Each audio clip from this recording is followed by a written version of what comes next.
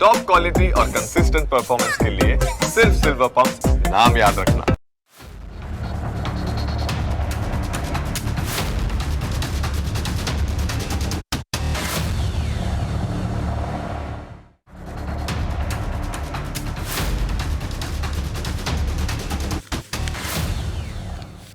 ભોપાલના કોલાર વિસ્તારમાં આવેલું નાનકડું ગામ ગુરાડી ઘાટ સામાન્ય રીતે એકદમ શાંત હોય છે.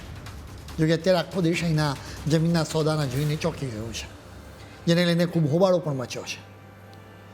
વાત એવી છે કે આ ગામમાં દેશભરના લગભગ 50 જેટલા આઈએએસ અને આઈપીએસ અધિકારીઓએ જમીન ખરીદી છે. સૌથી નવાઈની વાત તો એ છે કે આ તમામ મોટા અધિકારીઓએ એક જ દિવસે આ કિંમતી જમીન પોતાના નામે કરી દીધી. આખા રોકાણનો ખુલાસો ત્યારે થયો જ્યારે મધ્યપ્રદેશના આઈએએસ અધિકારીઓએ પોતાના સ્થાવર મિલકતની વિગતો ફાઇલ કરી. જ્યારે વિગતોની તપાસ કરવામાં આવીને ત્યારે કૌભાંડનો ખ્યાલ આવ્યો. આગળ સામે આવ્યું કે આ લિસ્ટમાં મહારાષ્ટ્ર, તેલંગાણા, હરિયાણા કેડર અને દિલ્હીમાં ફરજ બજાવતા આઈએએસ અને આઈપીએસ અધિકારીઓનો પણ સમાવેશ થાય છે. વિગતવાર સમજીએ ને તો આખી ઘટના એપ્રિલ 2022ની છે. એક જ તારીખે આટલા બધા પાવરફુલ ઓફિસરોએ એક જ જગ્યાએ રોકાણ કર્યું. એ વાત હવે ચર્ચાનો વિષય બન્યો છે.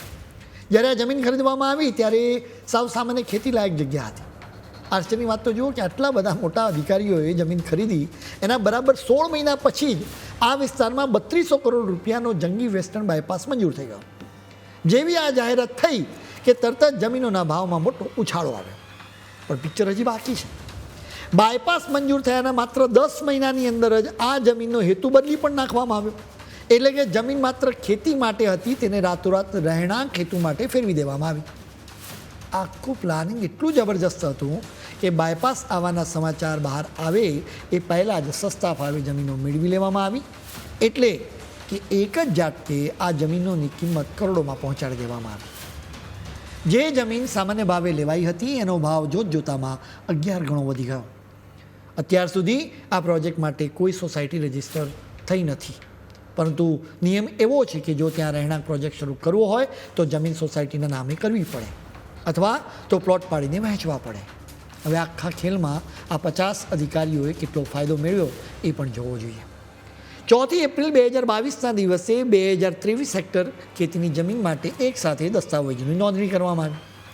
આ કોઈ એકાદ વ્યક્તિનું કામ નહોતું, પરંતુ 50 લોકોએ ભેગા મળીને આ આખી જમીન ખરીદી. કાગળ પર આ જમીનની કિંમત 5.5 કરોડ રૂપિયા બતાવવામાં આવી. પરંતુ નવાઈની વાત તો એ છે કે એ સમયે એની બજાર કિંમત અંદાજે 7.78 કરોડ રૂપિયા આંકવામાં આવી હતી. જ્યારે આ મોટા અધિકારીઓએ પોતાની સંપત્તિની વિગતો સરકારમાં ફાઇલ કરી ત્યારે તેમણે આ રોકાણને લાઇક માઇન્ડેડ ઓફિસર્સ એટલે કે એક સરખી વિચાર ધરાવતા અધિકારીઓની ખરીદી ગણાવી હતી. જમીનની ખરીદીના બરાબર 16 મહિના પછી એટલે કે 31 ઓગસ્ટ 2023ના દિવસે મધ્યપ્રદેશની કેબિનેટમાંથી વેસ્ટર્ન બાયપાસને મંજૂરી મળી ગઈ. હવે નવાઈની વાત એ છે કે જે જમીન ખરીદાઈ હતી તેનાથી આ બાયપાસ માત્ર 500 મીટર દૂર નીકળવાનો હતો.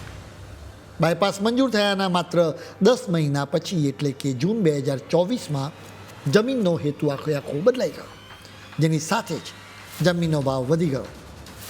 આ 50 અધિકારીઓએ 81.75 ચોરસ ફૂટના ભાવે જમીન ખરીદી હતી.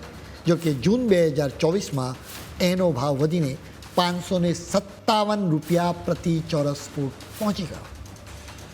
હાલના સમયે જમીનની કિંમત લગભગ 60 કરોડની આસપાસ છે.